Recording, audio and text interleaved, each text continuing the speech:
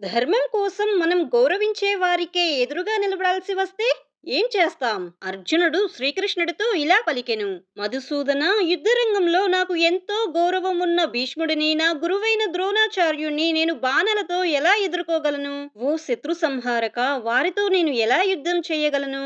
వివరణ: ఇక్కడ అర్జునుడి మనసులో ఉన్న ధర్మ సంకటాన్ని మనం చూడవచ్చు. అర్జునుడికి యుద్ధం చేయగల శక్తి ఉంది, ధైర్యం కూడా ఉంది. కానీ ఎదుట ఉన్నవారు సాధారణ శత్రువులు కాదు, తనకు అత్యంత గౌరవం ఉన్న భీష్ముడు, ద్రోణాచార్యుడు.